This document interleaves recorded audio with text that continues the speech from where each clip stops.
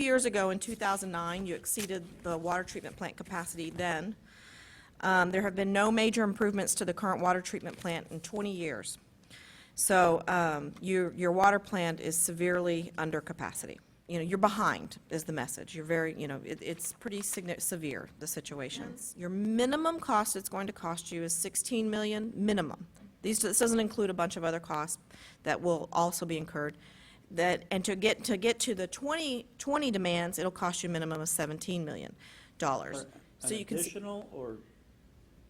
No, total, 17. So it's only a little over $1 million more to get an additional 2 MGD, basically, to get you to 2020, an extra 5 years. So it doesn't cost you very much.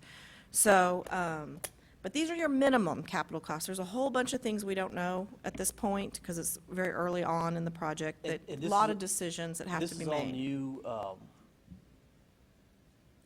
is all I mean, for lack of better words, just new products. This isn't talking about any replacement of any old lines for distribution or Yeah, in or out stuff. And if we can focus a little bit on this one, because I just want to make sure the public understands that we're looking at two options. The first one is going up to 16.3 million gallons per day at a cost of 16.2 versus going up to 18.3 million gallons per day at 17.3 million. And it seems like the best value would be Yeah, to- for $1 million more, you take us 5 years further in our plan. and it would take us to 2020 as opposed to going through 2015. Yeah, that would, I mean, that's just kind of a No-brainer. a no-brainer there, because this is probably going to be the biggest undertaking this commission, or the city of Wesco commissioners will take on for the next 10 years, because this is going to be the foundation which it'll facilitate all of our growth. I've got another question on this slide here. It says, does not include any contingency, contractor mobilization, overhead or profit, engineering, or legal administrative costs. What is? I have that That number. kind of sounds like, you know, when you fill out a medical consent form, it says nausea, headaches, or death, you know, it's just, what is this We have actually? that number. We have the full number, and Oh, I'll be okay. presenting that in a second. Okay. I don't like to just present only the full number when you're talking construction. I want people to understand, you know, dirt in the ground, what are those costs, and then you have all the other costs and the unknowns, so. Rule of thumb, what, $2 per gallon, roughly? Well, one of that's the general rule of thumb these days, going for when it used to be way back when, $1 a gallon. Now it's $2 a gallon. One of the things that's a little misleading on y'all's is your solids handling facility. We're having to do a whole, the sludge that you generate from the treatment process of the water plant. You have currently have an older process that you can't continue to use. And so we have to do the full capacity of that new facility, or y'all have to. I mean, so that's not just an 8 MGD expansion, that's the full 18 for that. So the cost, you know, so to say $2 a gallon would be a little low. How do you plan for this kind of project? What kind of number do you use? We recommend for the total project, water treatment plant expansion and distribution system improvements, a total planning cost of $41.7 million. That's a very large number. However, we don't want to we want to recommend y'all to be in a very healthy place moving forward on your infrastructure needs.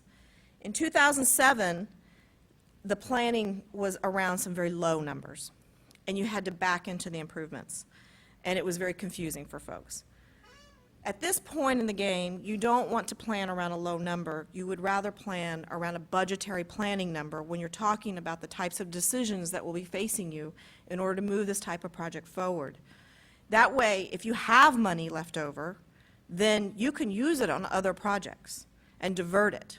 And you can set up your contract mechanisms in a very transparent manner to make sure you are the beneficiary of any benefits or savings and any reductions in costs. So that is our recommendation. It's not an easy one for y'all in this time. However, you are already more than 2 years behind on this project, and you need to plan for the next 20 years. So it's a big deal.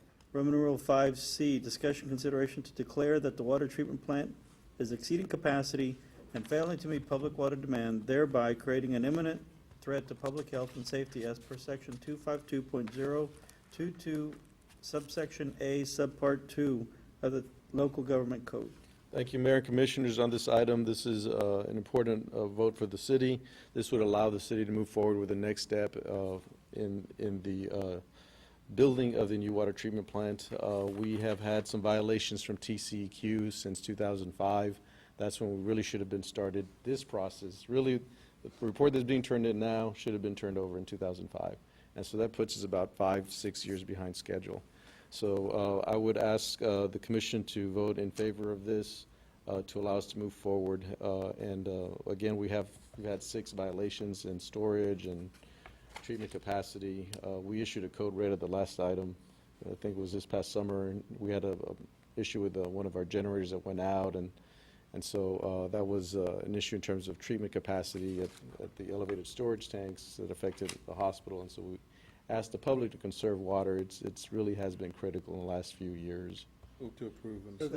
So the significance of declaring this does actually what for us, other than notify the citizens of Wesco?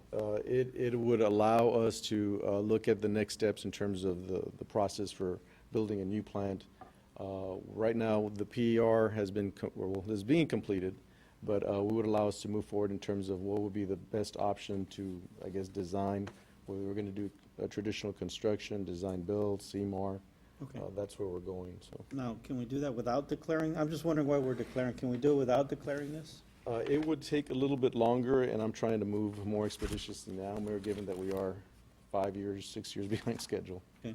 There's a motion and second to declare that the water treatment plant is exceeding capacity and failing to meet public water demand, thereby creating an imminent threat to public health and safety as per section 252.022, subsection A, subpart 2 of the local government code. All in favor, vote aye. Aye. All opposed, same sign.